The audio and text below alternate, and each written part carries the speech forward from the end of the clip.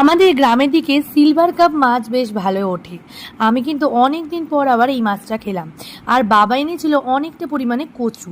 সেই কচুটাকে ভালো করে সিদ্ধ করে জল ফেলে দিয়েছি। এইদিকে একটা বাটনা বানিয়ে নিলাম পেঁয়াজ, আদা, রসুন, টমেটো, কাঁচা লঙ্কা দিয়ে। এরপরে তেলের মধ্যে নুন হলুদ মাখিয়ে ভালো করে মাছটা ভেজে নিচ্ছি। নমস্কার, আমি সায়ন্তনী হুগলি থেকে চলে এলাম আজকে মাছ দিয়ে কচু দিয়ে একটা দারুণ রেসিপি দেখাতে। তেলের মধ্যে কোনো ফোড়ন দেবো না, ওই যে বাটনাটা করলাম ওটাই ডিরেক্ট দিয়ে দিয়েছি। দিয়ে এবার একটু হলুদ, একটুখানি ধনে গুঁড়ো দিয়ে আর একটু জিরে গুঁড়ো দিয়ে ভালো করে কষিয়ে নেব। আর দিয়েছি অল্প একটু কাশ্মীরি লঙ্কার গুঁড়ো, এটা নাও দিতে পারো। আর একটু নুন দিয়েছি, দিয়ে ভালো করে কষাবো যতক্ষণ না ওপর থেকে মশলার তেলটা ছেড়ে আসে। কারণ এই রান্নাটা আমি একদম বিয়েবাড়ি স্টাইলে করছি, যাতে খেতে ভীষণ সুন্দর হয়। হালকা পাতলা ঝোল তো আমরা প্রায় খাই, তবে কচু দিয়ে এই রকমভাবে একবার মাছের ঝোলটা বানিয়ে দেখতে পারো। এই স্বাদ কিন্তু যে কোনো মাছের পদকে টেক্কা দেবার ক্ষমতা রাখে।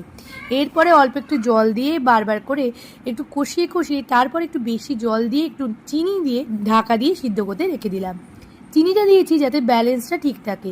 চিনি দেওয়ার জন্য কিন্তু মিষ্টি হয়ে যাবে তা নয়, বরঞ্চ নুন মিষ্টির ব্যালেন্সটা ঠিক থেকে জিনিসটা খেতে ভালো হবে। তাহলে আমার রান্নাটা হয়ে গেছে। নামানোর আগে একটু ফুটানোর সঙ্গে গরম মশলা দিয়ে দিয়েছি। গরম মশলা ছড়িয়ে ভালো করে ফুটিয়ে নিলে আমার এই মাছের রেসিপিটা রেডি। তোমরা যদি এইভাবে বাড়িতে না বানিয়ে থাকো তাহলে অবশ্যই বানিয়ে ফেলো। আর আমার রেসিপি ভালো লাগলে লাইক কমেন্ট করে জানিও। আজকে এলাম, টাটা।